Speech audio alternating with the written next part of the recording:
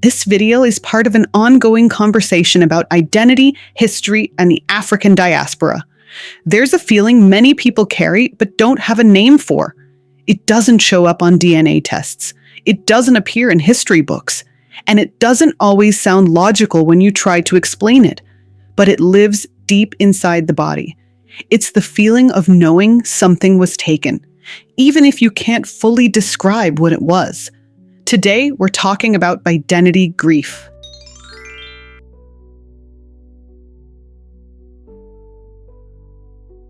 Identity grief is what happens when a people lose names, languages, origin stories, ancestral memory, cultural continuity, and are told to move on without mourning what was taken.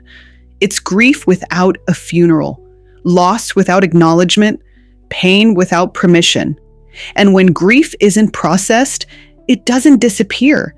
It transforms. Identity grief can look like anger, rejection of ancestry, hyperdefinition, over-delineation, defensiveness, suspicion of history, alternative origin stories, or the need to draw very hard boundaries, not because people are confused, but because they are trying to protect what remains. Let's say this plainly. If someone stole your family albums, burned your birth records, changed your last name, and then told you, just be grateful you're still here, you wouldn't feel calm about identity conversations. You'd feel guarded, protective, and probably irritated when people kept asking, so where are you really from? That reaction isn't ignorance. It's defense. From a psychological standpoint, identity grief occurs when cultural continuity is disrupted across generations. The brain seeks coherence. When lineage information is missing, the mind fills gaps to restore stability. This can result in rigid identity frameworks, resistance to external narratives, emotional reactions to historical discussion. This is not a flaw. It is an adaptive response to loss. This video is not about correcting anyone. It's not about forcing identity. And it's not about deciding who's right or wrong. It's about understanding why these conversations feel so charged. Because when history is taken from a people, identity doesn't disappear. It fractures. And fractured identity still deserves compassion.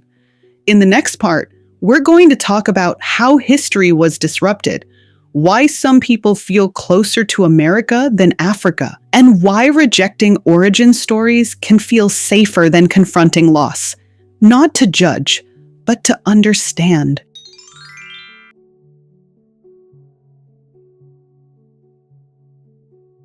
Identity grief doesn't come from nowhere. It has a cause. For African-descended people in the Americas, history wasn't gently misplaced. It was systematically interrupted. Names were stripped, languages forbidden, spiritual practices criminalized, family lines separated on auction blocks, birth records destroyed or never recorded. This wasn't accidental. It was strategy. Because when people can't trace themselves backward, they're easier to control moving forward. People often say, why don't you just research your ancestry? But that question misunderstands the scale of the loss. You can't look up what was never written down. You can't trace a name that was forcibly changed. You can't follow a lineage that was deliberately scrambled. For many African Americans, genealogy doesn't hit a wall. It hits fire. Let's be honest. When people say, you should know where you come from, they're usually speaking from a place of record continuity. Birth certificates, village names, grandparents who knew their grandparents. But if your family history was treated like disposable property, that advice can sound dismissive, even insulting.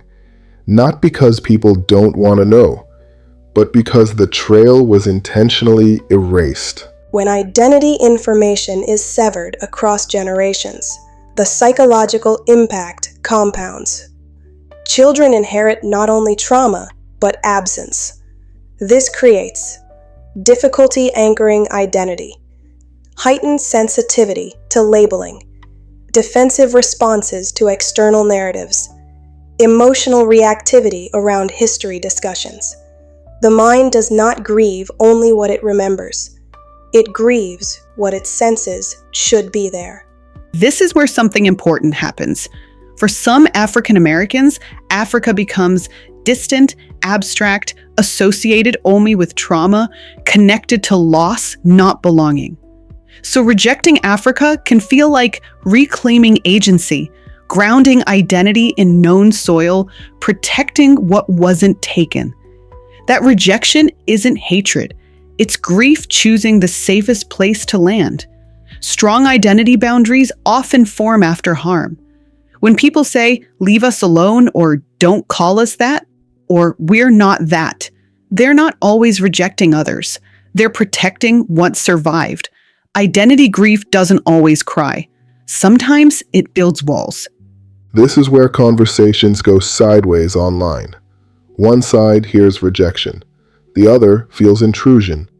But underneath it, both sides are saying the same thing in different ways. Respect me. See me. Don't erase me. That's not a war. That's misalignment layered on top of pain. So if you've ever wondered why identity conversations feel explosive, this is why. Not because people are irrational, not because history doesn't matter, but because loss was never properly named. You can't heal what you're not allowed to grieve. And identity grief has been carried silently for generations. In the next part, we're going to talk about what happens when grief looks for answers, why alternative origin stories emerge, why people reach for certainty, and why identity debates can become so intense. Not to mock, not to dismiss, but to understand the mind's attempt to survive loss.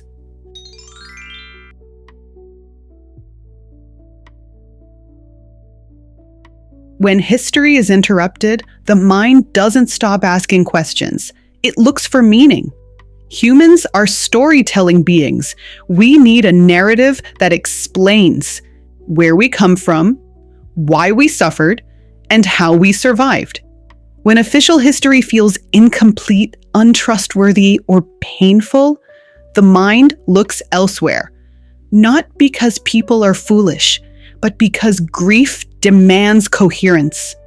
This is how alternative origin stories emerge. Stories that say, we were already here. We're indigenous to this land. We didn't come from Africa. We descend from ancient civilizations that predate slavery.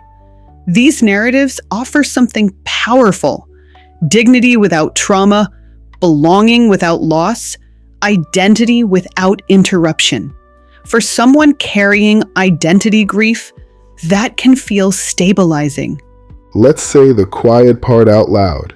If your known history begins with chains and someone offers you a story that begins with kings, land, and sovereignty, that story doesn't just sound better, it feels better.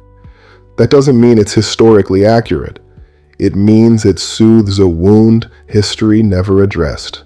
For many people, these beliefs are not about rejecting facts. They're about protecting the psyche. Belief becomes a balm. And when someone challenges that belief, it doesn't feel like a disagreement. It feels like another theft, another erasure, another loss. That's why conversations can escalate so quickly. Psychologically, this is called cognitive anchoring. When identity feels unstable, the brain attaches firmly to narratives that restore order and self-worth. Contradicting those narratives can trigger defensiveness, anger, rigidity, withdrawal. This response is not stupidity.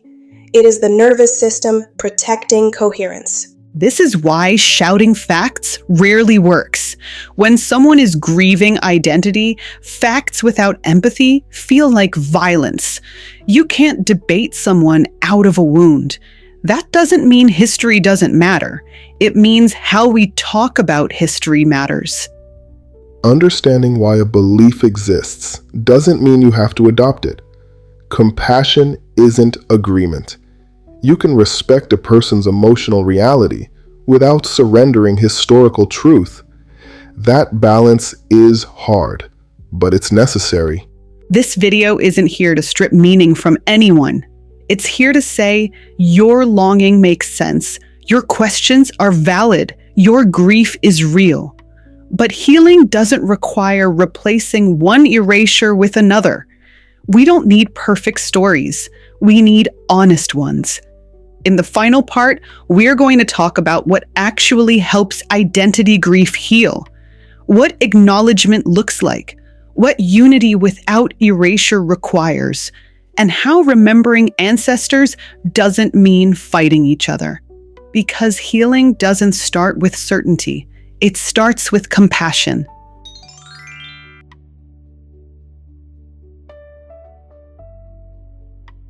Healing identity grief does not require agreement on every origin story.